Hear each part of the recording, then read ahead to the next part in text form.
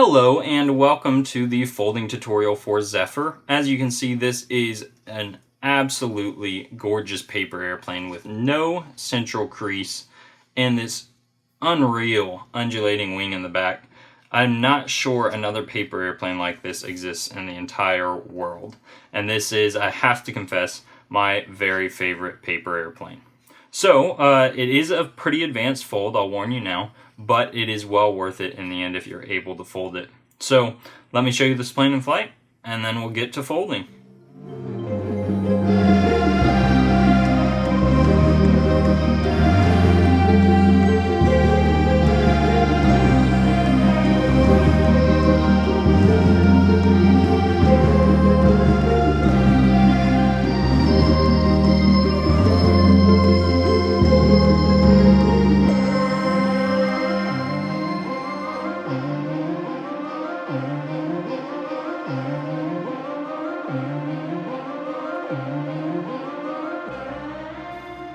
All you will need in order to fold Zephyr is an 8.5 by 11 inch sheet of paper. But if you're using one of my templates, be sure to orient yours as I have mine here. And with that, we'll begin by folding this top edge to the bottom edge.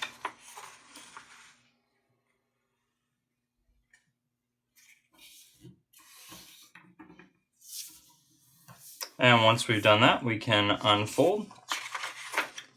And we just want to take this right edge here and fold it so it lands on our horizontal crease that we just made.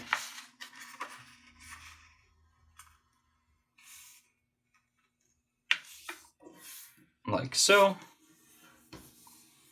And we'll open that up and fold the left side in the same way, folding this edge here to land on the horizontal center crease.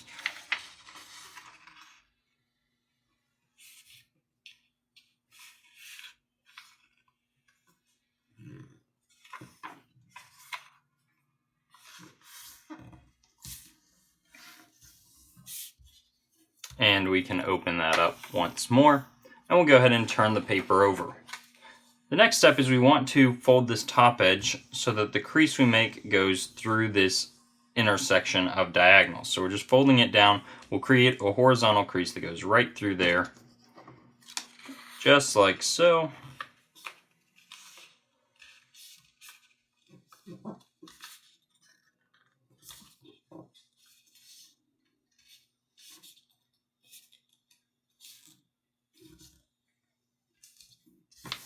Crease outwards, and then we will once again open this up.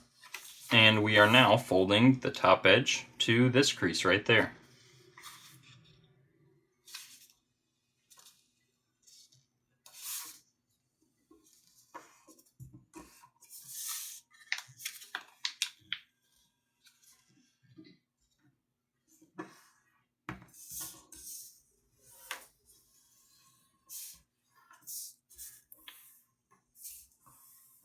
Alright, and we can now turn the paper over. And we just want to kind of poke this little intersection right where our diagonals intersect so that these outer edges come up slightly. And now we can perform a step that's going to collapse the plane a little bit by pulling in on both sides. And you can see we're pulling in on both of these diagonals. And then we can lay the paper flat like this.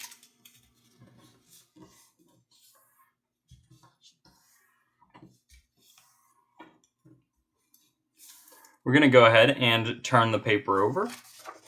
And using our existing crease here, we're just folding this whole top section down. Like so. And we're going to move this right flap here to the left, folding, and you're going to create just a tiny crease right there. But your right flap here goes to the left. And we're now going to go ahead and fold this little portion here, this edge, to that edge of this little strip of black that we have right here. So I'm going to actually rotate it just because I prefer to fold it this way towards myself. But you're folding just like a really narrow strip right here.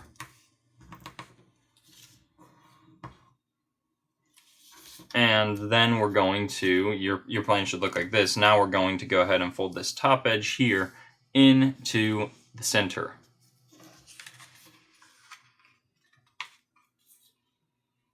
It should look right like that, and you make your crease.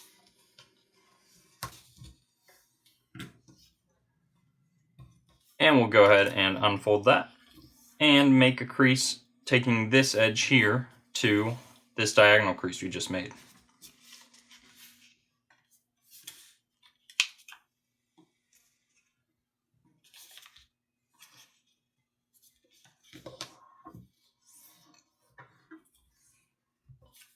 So your plane should look like this. We're going to go ahead and repeat several of those steps on our left side now so that the two sides are identical. So I'm just going to move this over here to get it out of the way, flip my left flap to the right, and again I'm going to fold this edge here to this edge here, and I'm going to rotate the paper to do that.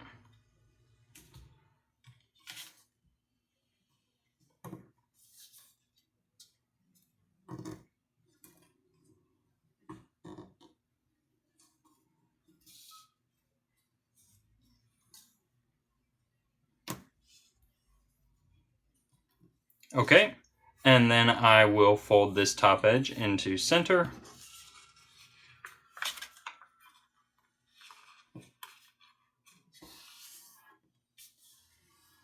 And I'll fold this edge here to the crease we just made.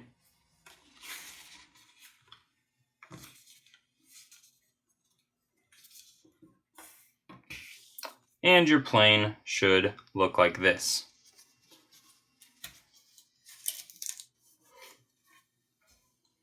Okay, the next thing we want to do is we're going to unfold these layers, and then we're going to unfold everything back into this position here. And we actually want to fold down this little top strip, right like so.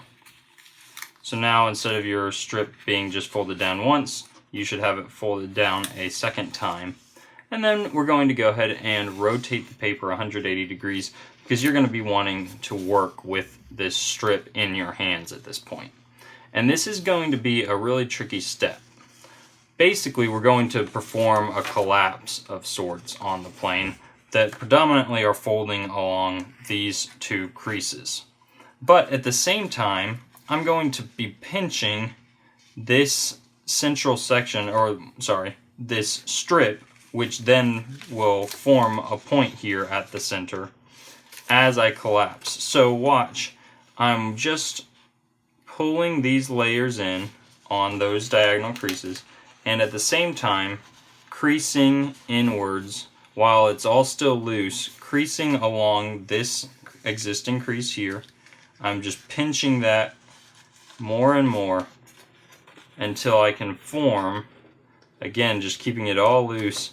You see how I've formed that kind of central point, whatever this thing is here, that is going to be very critical in locking our whole thing together. And you can see on the side what that looks like. So again, you can see I'm folding on this crease right here towards the center. While my whole model's loose, I can work that towards the center, and it should now look like this, where I've got my plane all the way, this little fuselage thing, all the way to the middle of the plane. And next we just want to go ahead and push this whole middle section that we have back into the plane like this. Okay? So your plane should look like this, and now we have all these existing creases here. Basically what we want to do is we want to fold on those existing creases in, and we're going to be tucking them into this central section, if that makes any sense. So on both sides we're going to fold in like so, and you can see your model's not going to really want to lie flat anymore because of what we've done. And I'm going to, one at a time, fold in a second time to actually place those layers so they're catching in this central area. And you can see again, your model's definitely not going to lay flat as you do this, and that is okay. So mine looks like this, and now what we want to do is we're going to place two fingers here and you can see both of my outer edges are swooping upwards slightly. I'm going to, while I have my hand just like this, sweep out on these creases. And you can see I'm kind of flattening the paper, and I create this really short edge right here. And that short edge is going to help the model lay a bit more flat right now, and it's going to help the plane be much more controlled in the end. So again, I'm going to sweep out on this side, and I want to try and make those short edges very similar in size on each side. And you can do that by pushing in or pulling out slightly on the paper as you flatten that. And you can see I've got mine about the same size currently. So your plane should look like this. Next, we just want to clean up the nose here. You can see it's kind of blunt, and what I'd like to do is fold in like so. Here, I'll show you from this angle. I'll fold down just like that, and then I'm going to fold back up the tab so that I can slip this under that pocket just like so, and then push it down like that. And then I'll do the same thing on the other side, just trying to make it match. There's no perfect angle for this, so I kind of pinch it like that. I'm creating a mountain fold here and a valley fold right at the bottom of this, where it's going to go under this layer. Oops. Like so. And then I can flatten this whole thing back out, and your plane should look like this. The next step is just to fold winglets on the outer edges, and you make them parallel to your center crease. If you're using the template, you can kind of use the color difference as a guide. Just fold that black portion. These winglets need to be a little less than half an inch, maybe about half an inch.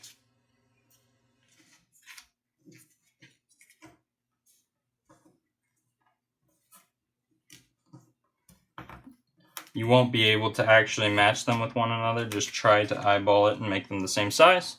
And then we'll open these winglets up, and when I flip this over, you can see we have that gorgeous curve. Now you'll notice mine is just doing a U. It's not going kind of up and down in that undulating waveform, and that is basically determined by how tight you pull this section. So you can see I can kind of fiddle with this central locking mechanism and push it in, and the tighter I push it in, the more these wings are going to curve. So if you want to add curve to your wing, you can do it that way. Now, also, before you throw this plane, if you have your wings angled too steeply upwards and too much dihedral, this plane tends to become unstable. Its center of gravity is well below its center of lift in this axis. And so what I like to do is I like to kind of pull down on each of my wings and curve them near the fuselage of the plane to help that be flatter all the way across the plane. And you'll see that is going to yield a more successful plane than if you have a lot of dihedral. So there you go. This is a finished Zephyr. I hope you found this video to be helpful. As always, good luck flying your plane.